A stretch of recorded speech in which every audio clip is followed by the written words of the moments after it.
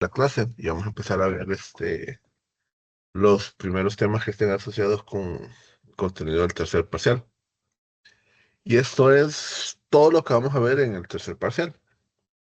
Vamos a ver todos los tipos de generación con energías renovables que existen actualmente o que tienen, por así decirlo, cierta rentabilidad.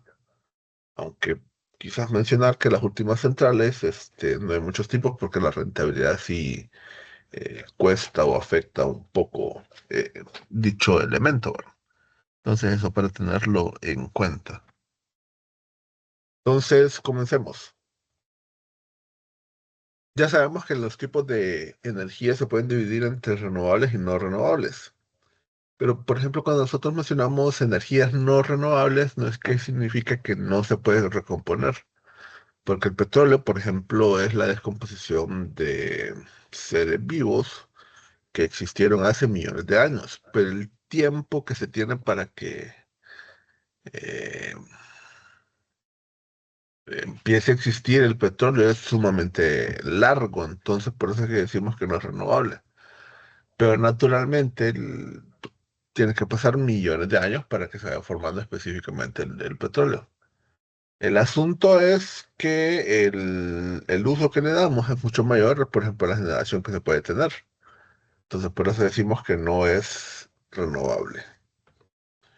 Y por ejemplo, las energías renovables generalmente se asocian con el girasol, porque el girasol específicamente es un tipo de flor que se parece o se simula mucho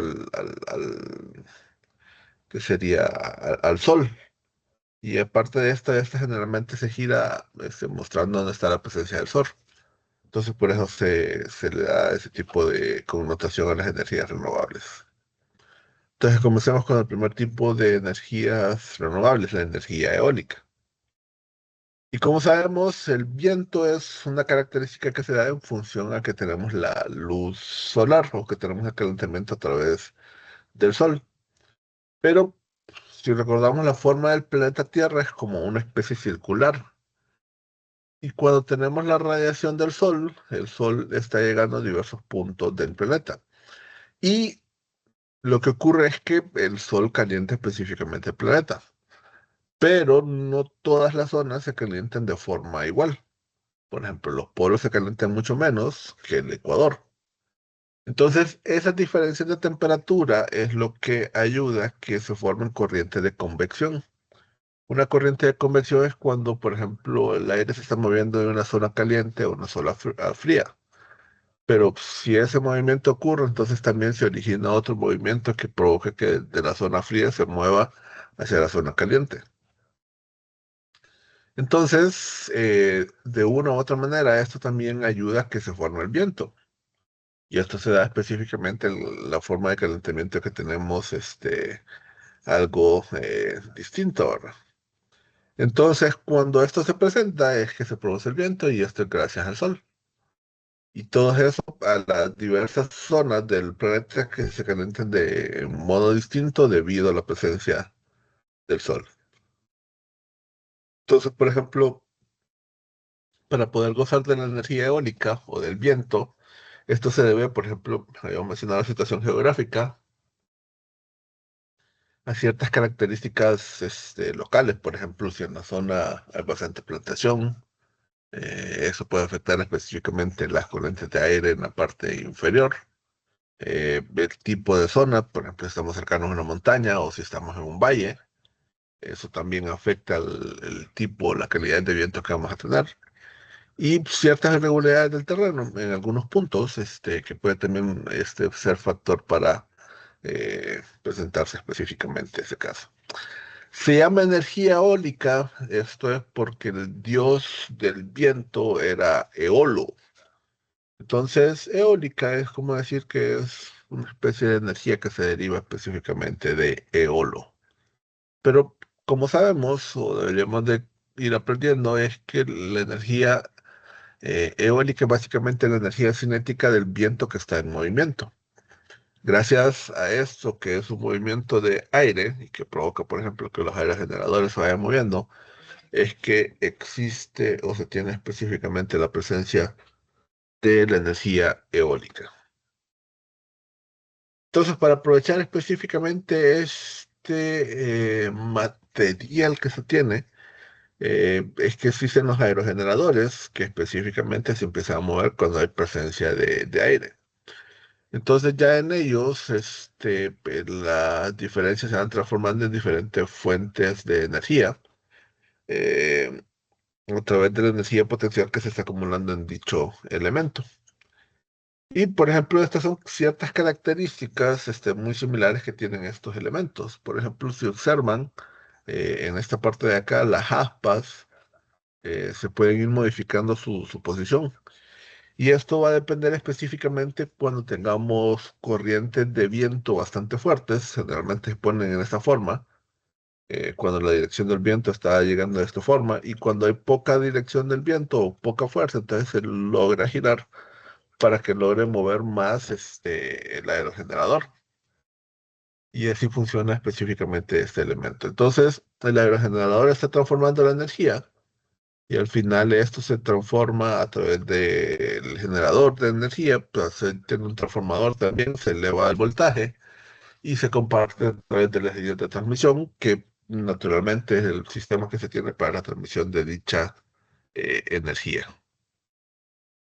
Entonces, todos los aerogeneradores en el mundo que existen para generar energía eólica tienen básicamente estos subsistemas o elementos de trabajo. Por ejemplo, la captación, que básicamente las captaciones donde está recibiendo el aire, la transmisión mecánica, generador eléctrico, orientación, tiene unos equipos que le indican específicamente eh, la fuente y esto se utiliza específicamente, por ejemplo, para orientar los sistemas de regulación y sistemas de soporte. Entonces, básicamente, esto es lo que se tiene al interno de estos equipos. Por ejemplo, los generadores nuevos que están existiendo, si tienen esa capacidad de que este puede ir cambiando en función a la presencia de aire a través de estas renijas que se pueden observar en esta parte. Entonces, aquí tenemos el rotor que gira específicamente la presencia de aire, pero hay algo que es sumamente importante en estos equipos y es la caja multiplicadora. ¿Por qué es importante? Explico. El giro de las aspas, debido al aire, es aproximadamente de 1 hercio, es decir, una vez por segundo quizás pueden estar girando, pero eso es como un valor, ¿cómo decirlo? No tan constante, puede estar variando entre 0,75 a 1,5 o hasta 2 hercios, depende específicamente de la presencia de aire. Pero el generador trabaja a una velocidad sumamente elevada y que tiene que ser casi constante. Bueno, la parte que se encarga de transformar ese movimiento lento a un movimiento rápido para el generador es la caja multiplicadora. Entonces es como, ¿cómo decirlo? Como una caja de cambio, se podría mencionar, que automática, que está funcionando en función a la velocidad de giro que está detectando. Entonces, ese elemento es básicamente quien se encarga o el principal aspecto eh, del éxito para generar específicamente energía eólica. Y si observamos posterior a esto está ya el generador, que es el que se carga, perdón, de transformar la energía eólica o la energía mecánica de giro específicamente en energía eléctrica. Y por ejemplo, aquí están los equipos que sirven como para determinar específicamente la dirección, que es la veleta, y la velocidad específicamente que tiene el aire en cada uno de estos elementos. Entonces, para determinar la velocidad del viento se utilizan los anemómetros, o es el nombre que tiene específicamente dicho equipo. Y pueden haber anemómetros de rotación que están girando cuando hay presencia del aire, de presión, que solo se tiene así y funciona los golpes que tiene, va determinando el viento y hay anemómetros de otro tipo. Por ejemplo, así es como se pueden presentar los diversos anemómetros. Y por ejemplo, esto que tenemos acá en sus pantallas a la izquierda es una torre de anemómetros. Por ejemplo, es algo que generalmente se instala cuando se tiene la intención de analizar específicamente el viento en un determinado lugar. Por ejemplo, en Cerro Udula, antes de construir los generadores, tuvieron que montar este torre de este tipo. ¿Para qué se hace esto? Es para determinar específicamente las características del viento y observar ciertos patrones que se pueden dar. Entonces, el viento o la energía eólica creo que es de las pocas fuentes de energía renovable que todavía conservan estos elementos de medición. Por ejemplo, la fuente solar fotovoltaica antes se ocupaba que se instalase un piranómetro, pero ahora con los datos solares o, ¿cómo sería? Que se determinen a través de los satélites, ya no es necesario o tan necesario instalar un piranómetro, pero con el viento sí es realmente requerido. Y por ejemplo, para el desarrollo de un tipo de estas centrales se requiere, por ejemplo, aproximadamente un año de, de la instalación de estos equipos. O sea que es algo sumamente requerido y costoso para desarrollar este tipo de proyectos. Entonces recordamos que de la energía solar un 2% se transforma en viento o en energía eólica. Y por ejemplo, algo que puede servir para quizás ustedes o que tienen algún lugar cercano donde se tenga un potencial es, por ejemplo, observar la vegetación con estas características.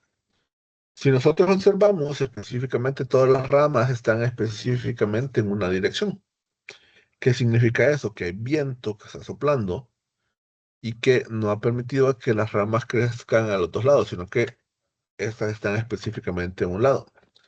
Entonces, eso es un indicativo de que en dicho lugar hay un potencial eólico.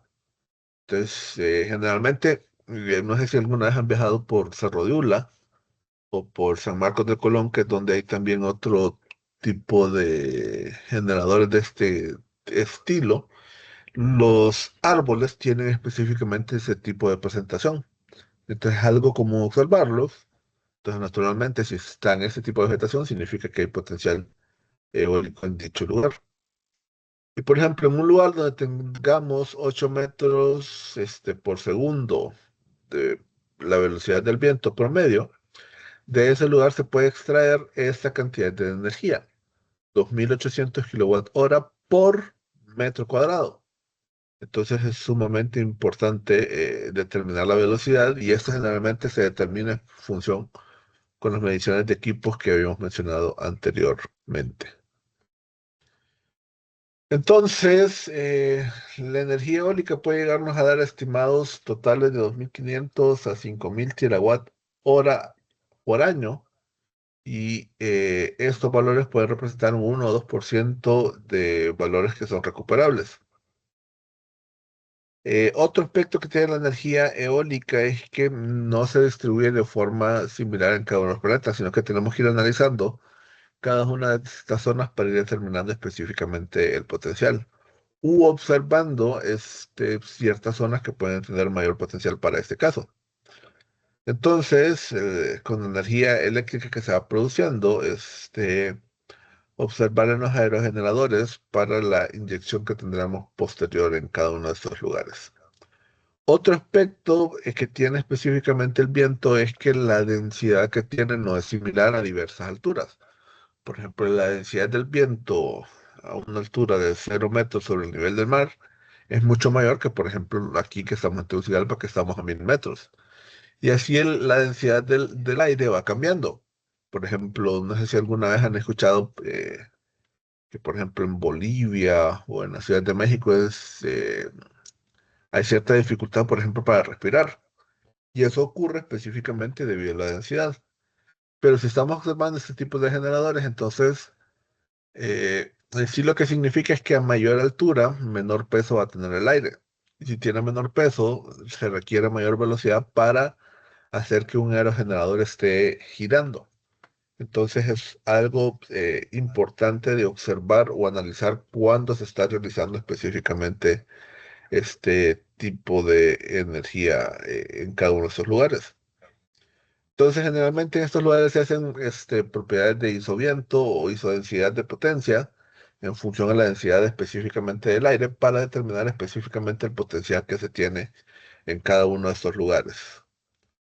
Entonces, al final estos mapas se pueden realizar de forma espacial, que es como un mapa de un lugar y se dibujan específicamente las zonas que tienen mayor potencial, o en función temporal, que es algo que también se presenta o es característico del viento. Por ejemplo, si ustedes podrían ver los informes de generación que presenta, por ejemplo, la ANE, ustedes observarían que, por ejemplo, de los meses, creo que de junio hasta marzo, la energía eólica tiene niveles de producción.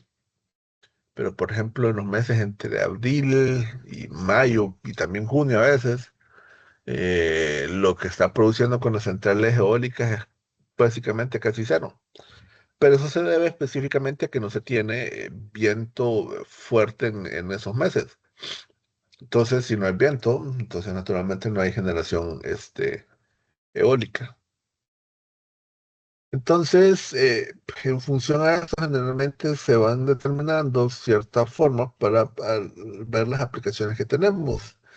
Y la principal aplicación que se observa para este caso es para la generación de electricidad a través de los aerogeneradores, ¿verdad?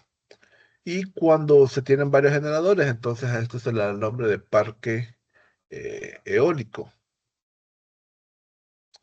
Y estos elementos han ido cambiando, se han ido mejorando, por ejemplo, los tipos y han ido variando específicamente de esta forma. Por ejemplo, esto que tenemos acá es un aerogenerador.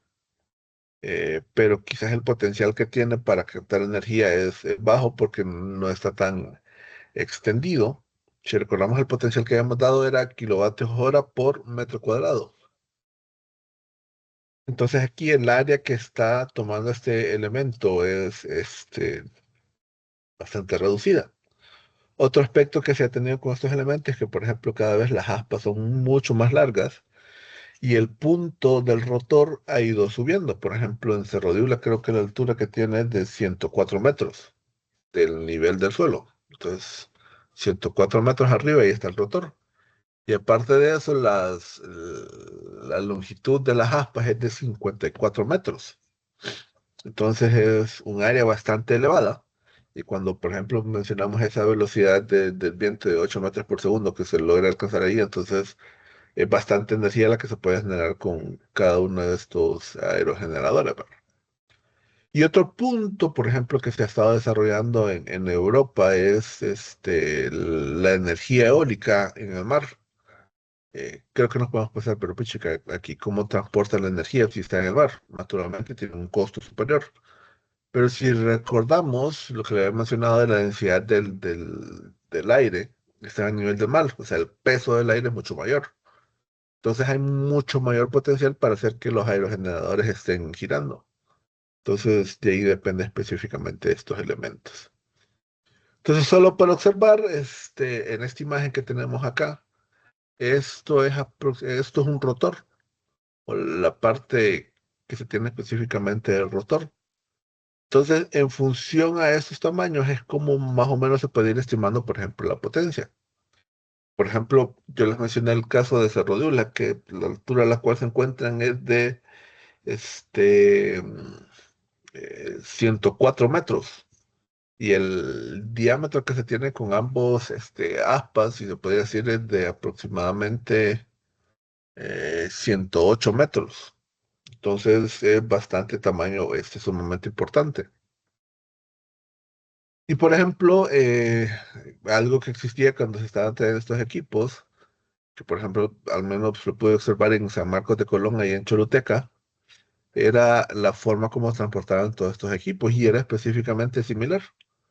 Un camión llevaba la carga específicamente de estos elementos y para esa zona, créanme que era realmente un reto ir por la carretera y toparse el transporte de estos equipos, porque iban los camiones, subiendo el camino, por ejemplo, para llegar hasta San Marcos de Colón, y era común encontrarse con este equipo de equipos.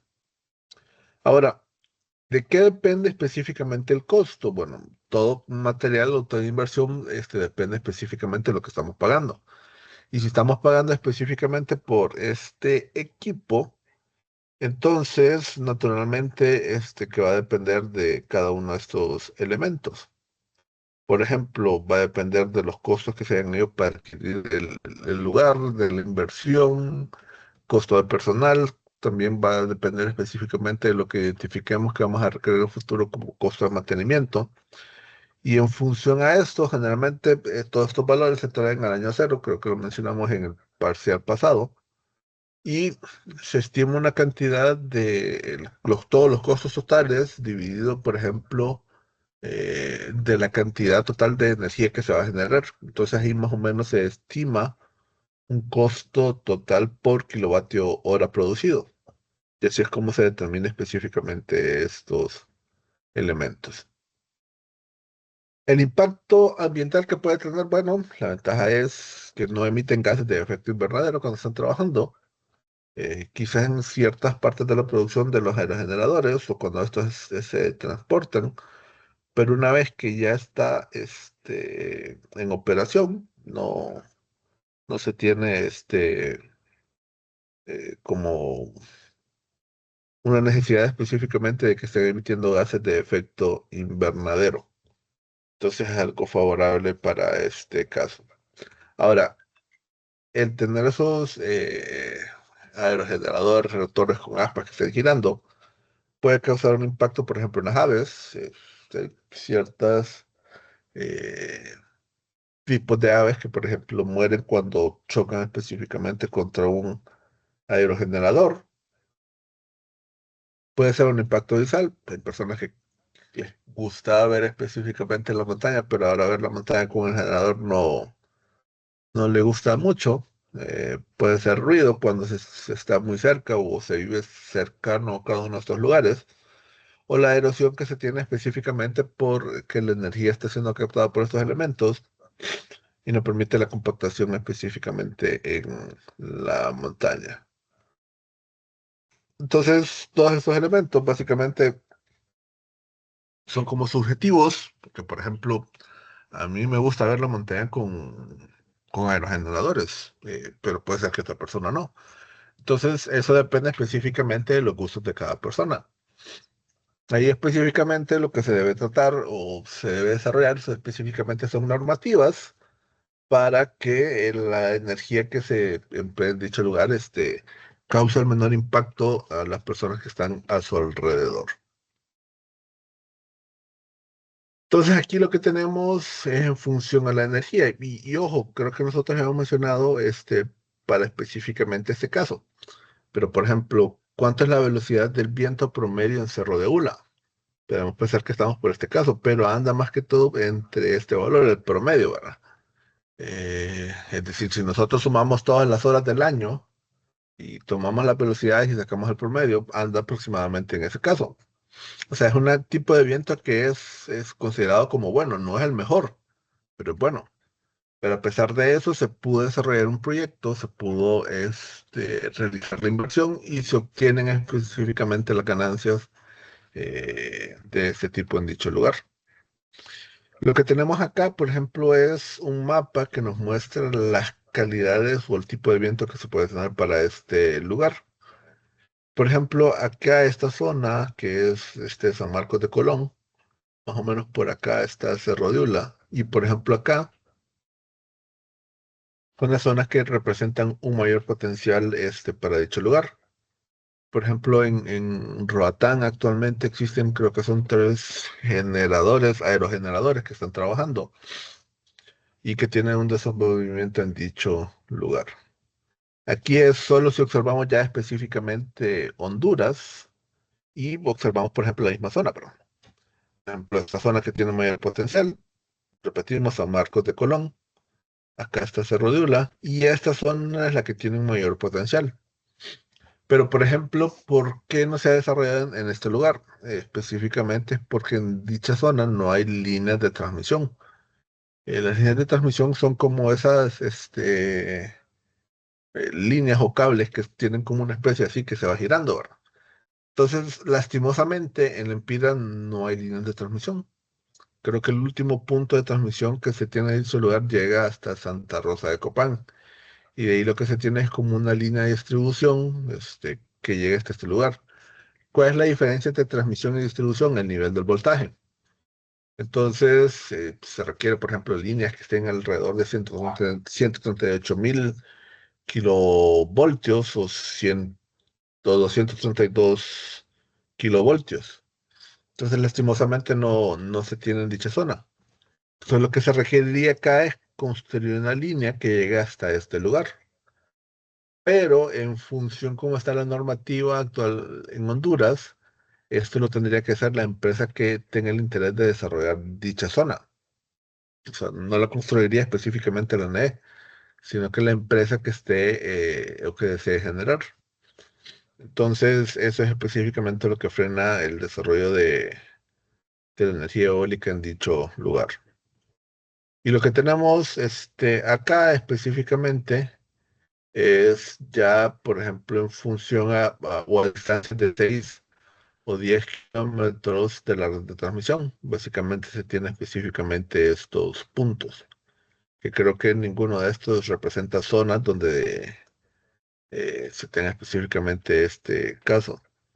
Que creo que el mapa no está del todo cierto porque Cerro de Ula básicamente está en un punto donde las líneas de transmisión pasan y es, por ejemplo, lo que facilitó específicamente este lugar, que lo que tuvieron que construir las empresas, la empresa, perdón, que se han dicho lugares básicamente 100 metros quizás de distancia para conectar la energía que generan.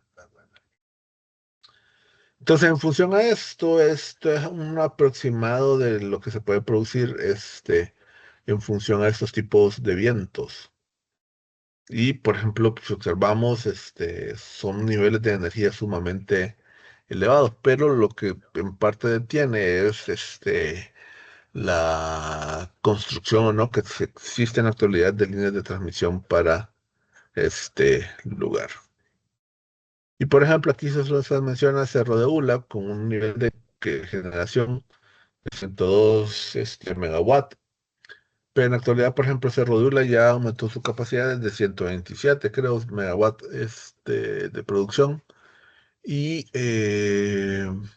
también existen los parques de generación en San Marcos de Colón, Choluteca, que son dos parques de 50 megavatios y ese es más o menos el nivel que se tiene. Y esta es una foto de Cerro de Ola. El otro tipo de energía del cual vamos a hablar hoy específicamente son las minicentrales hidráulicas o centrales hidráulicas. Aquí lo que aprovechamos específicamente es la energía cinética que tiene el agua y también aprovechamos la energía potencial que tiene el agua. Porque hablamos de energía potencial cuando tenemos una cortina donde tenemos el agua.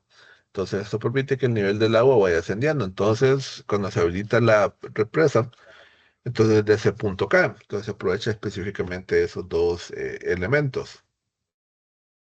Ahora, como sabemos, las lluvias dependen específicamente también del sol. Si no tuviésemos sol, no tendríamos lluvia, porque la vaporización o el ciclo del agua depende específicamente de la presencia del sol. Entonces, en función a esto es que existen estos elementos y que también va causando el río. Y naturalmente, donde hay un mayor potencial o donde se tiene un mayor caudal del agua en dicho lugar, son zonas en las cuales se tiende a construir específicamente estas represas. Por ejemplo, el río Plátano tiene la capacidad, por ejemplo, ya me confundí, no me acuerdo si es Plátano o no. Pero en fin, esta represa nueva que está en Olancho tiene el potencial para construir dos represas más abajo.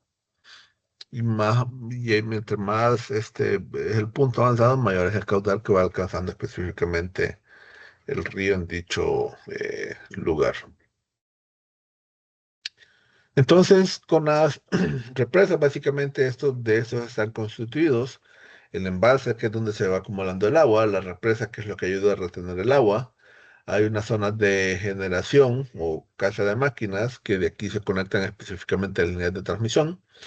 Y en la parte inferior, por ejemplo, existe el sistema de conducción, la compuerta que habilita o cierra específicamente dicho flujo, la turbina que estaba variando en función del tipo de represas y el desagüe que se tiene específicamente del río una vez que ha recorrido dicha zona. Entonces, en función a su nivel de generación, se pueden clasificar en las centrales eléctricas. Por ejemplo, una pequeña central es aquella que pues, origina entre 1 megavatio y 5 megavatios. Una mini central es la que va desde 0,1 megavatios hasta 1 megavatio. O lo que se puede mencionar de 100 kilowatts hasta 1000 kilowatts, la mini central. Y la microcentral son todas aquellas que están, por ejemplo, inferiores a 0,1 megavatios o inferiores a 100 kilovatios. Son unidades equivalentes a las que acabo de mencionar. Pero ya debido, por ejemplo, al tipo de uso, se pueden ir clasificando las centrales de esta forma. Por ejemplo, la de agua fluyente, en esta generalmente rara vez existe específicamente una central amplia que retenga específicamente el agua. Por ejemplo, este es como muy similar a un tipo de central que existe actualmente que se llama Chamelecón 280. Y el 280 es porque está a una altura de 280 metros sobre el nivel del mar. Entonces es bastante similar. Va el río Chamelecón en un punto, se extrae el agua en una parte superior, se acumula el agua en una zona, se deja caer el agua y en esta parte inferior está específicamente una central que está operando. Pero también ocurre, por ejemplo, el flujo del agua de forma paralela en dicho lugar. Entonces, donde ya está la central de generación, en ese lugar también se libera el agua. Entonces, después de la ubicación de dicha central, nuevamente el río logra contar con el 100% del agua. Y es algo específicamente, como se podría mencionar, generoso o la habilidad que tiene específicamente de este tipo de centrales, que el agua que viene del río básicamente se recupera. Y algo por mencionar es que a veces podemos pensar, quizás puede salir con óxido, pero si nos podemos a pensar eso, significaría que los equipos de generación van sufriendo un desgaste y que eso haría que rápidamente estos se estén cambiando. Entonces, generalmente estos equipos trabajan con un cierto tipo de metales que tienen ciertas aleaciones para no oxidarse. Entonces, al final es como un beneficio mayor que en este lugar se está respondiendo específicamente al volumen original de agua. Entonces, eso es como las partes buenas de este tipo de central. ¿Cuál es la parte negativa? Bueno, cuando, por ejemplo, estos meses que vamos, por ejemplo, estamos entrando ahorita en marzo y que quizás termine en mayo o junio, el nivel de agua que tienen los ríos es bastante reducido. Entonces, naturalmente, la captura que se tiene en dicha zona es poca. Entonces, eso lo que hace es que estas centrales en estos meses, de marzo a mayo o de marzo a junio, el nivel de energía que pueden entregar es prácticamente cero o un valor bastante cercano a cero. Entonces, así es como actúan estos niveles. Por ejemplo, estas zonas centrales de pie de presa, por ejemplo, así funciona específicamente el cajón. No específicamente en esta forma, creo que aquí no es por debajo, sino que es a través de la montaña del lado derecho cuando se mira frontalmente la represa, pero el funcionamiento es similar. Tenemos el embalse, a esa altura está generando una presión para que salga en este punto el agua y esto llega a una central donde están las turbinas que lo mueven. Creo que las turbinas son de 8 pisos de altura, si recuerdo bien. Y así es como trabajan específicamente las 4 turbinas que están en dicho lugar. Entonces se genera la energía a 13.800 voltios y de ahí van a una subestación que elevan los niveles a 232 kilovoltios. La ventaja de estas centrales es que, por ejemplo, pueden trabajar durante todo el año. Y, por ejemplo, el cajón se le llama multianual porque se requiere más de un año para que el nivel de dicha represa esté afectado. El problema que se tienen es que el flujo del agua naturalmente es más reducido, ¿verdad? Y, por ejemplo, si aquí existiesen peces como los salmones, no podrían llegar específicamente hasta el punto original donde antes llegaban, sino que de esta central no podrían pasar específicamente si existiesen ese tipo de peces en dicha zona, ¿verdad? Por ejemplo, de ahí centrales integrales a canales de riego. Esto es bastante común, por ejemplo, en la empresa Dole, en el lago, perdón, en el valle de la Guan. Centrales, por ejemplo, también José Cecilio del Valle, la represa José Cecilio del Valle, que está al final de la Moramulca, tiene específicamente esta función. Eh, Centrales integradas en sistemas de alimentación de agua potable también. Por ejemplo, las represas que están aquí en Tegucigalpa, tienen específicamente esa forma. Entonces, el potencial de esto va a depender del salto que se le pueda dar del agua, el tipo de tecnología, como mencionábamos, la turbina, depende de esos lugares. Por ejemplo, hay unas turbinas que se llaman Francis y creo que están utilizadas, por ejemplo, en las de pie de agua, el primer tipo de represas que vimos específicamente en este caso. Pero, por ejemplo, también va a depender de la localización y tipo de presa y embalse que se tiene en dicho lugar. Por ejemplo, si de los dos tipos principales que observamos, de eso va a depender específicamente el potencial para cada uno de estos lugares, perdón. Entonces, si hablamos del potencial que tiene la energía hidráulica, va a depender, por ejemplo, si podemos ir construyendo represas en todos los lugares que tienen potencial. Y si esto se pudiese desarrollar, por ejemplo, el potencial que existe en Honduras es de 5.000 megawatts. Cuando se hizo esta presentación, que fue en 2013, el potencial más o menos que se había alcanzado eh, era aproximadamente un 10%. En la actualidad creo que está como al 20%.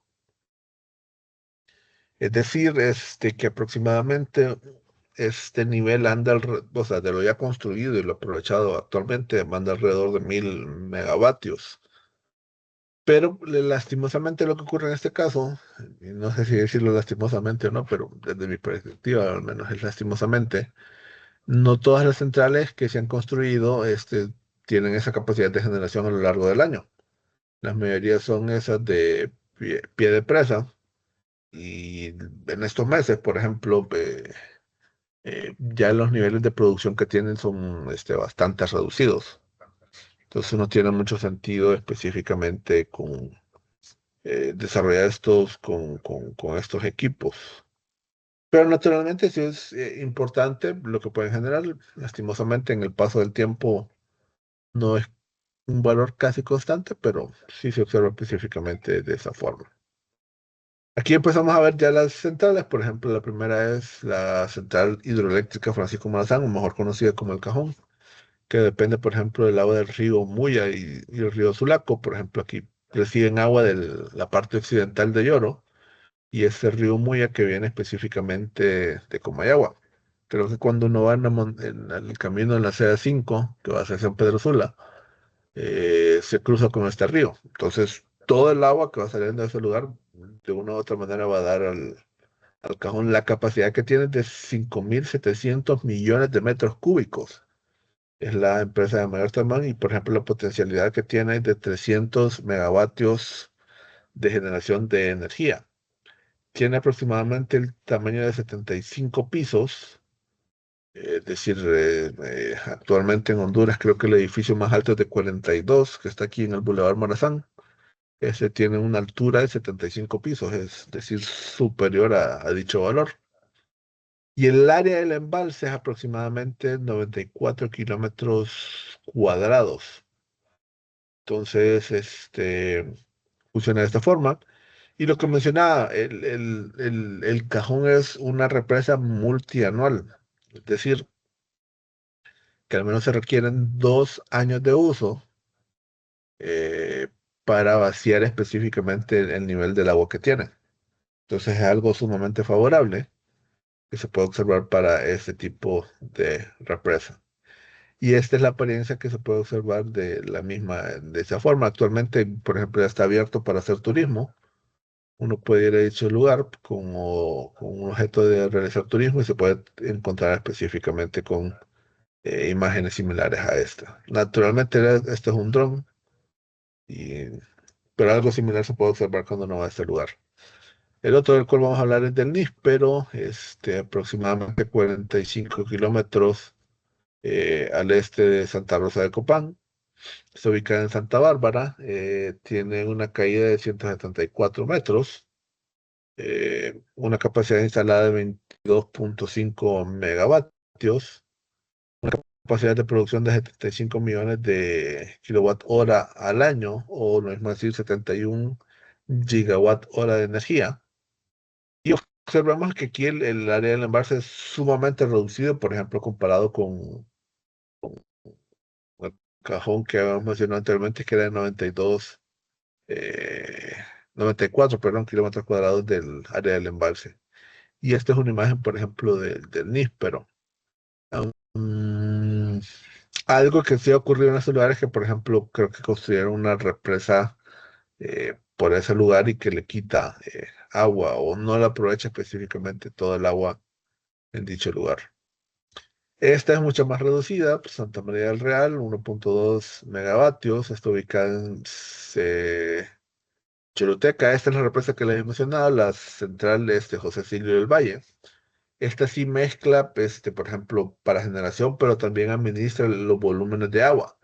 Es decir, tiene como una cantidad específica de agua que debe de ir liberando a los diversos, por ejemplo, principalmente en estos meses, para que, por ejemplo, tengan agua, por ejemplo, en Valle, o que tengan agua también, ahí se me olvida, este pueblito que es de Choluteca y que está específicamente al bajar la Moramulca, no lo recuerdo muy bien el nombre, pero bueno, para toda esa región específicamente administra los niveles de agua para que tengan presente.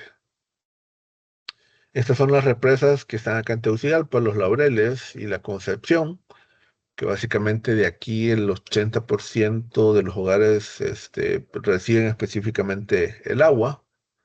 Esta, por ejemplo, está ubicado en San Buenaventura, San Francisco de Ojoa, con un nivel de generación de 5.2 megavatios. Esta en La Esperanza, 13.5, es el nivel de generación que tiene específicamente esta central hidroeléctrica.